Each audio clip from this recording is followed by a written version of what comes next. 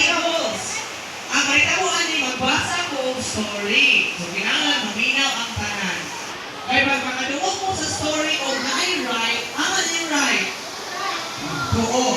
Pag nakadungog mo right, ipasa ang imong regalo sa tuong bahin. Sa tuong na yung katapan. Pag makadungog mo left, ipasa ko sa iya, ha? Wala. Okay, ready na?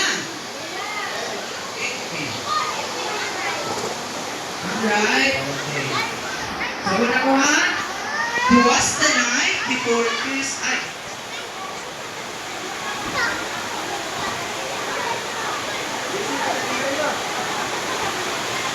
Express si Carla. Okay. Twas the night before Christmas when right through the house. Right na, basa sa to. Sa buwangan na, kay basi mo na yung buwa. Ay, di mo na, na. Oy, dawata. Okay.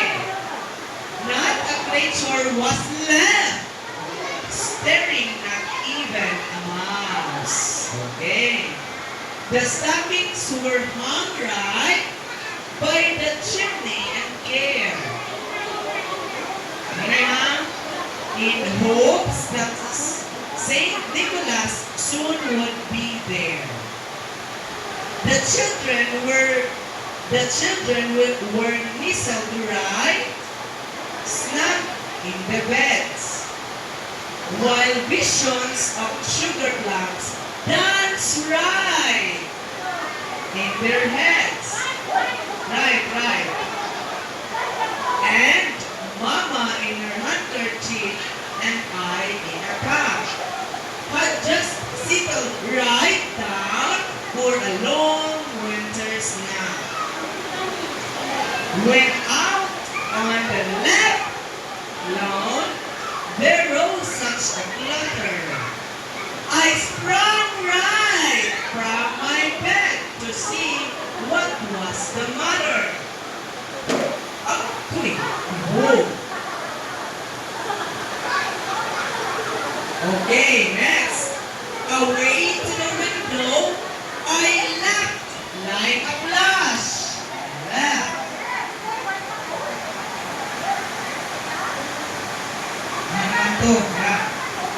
Tore open the shutters and threw up the sash.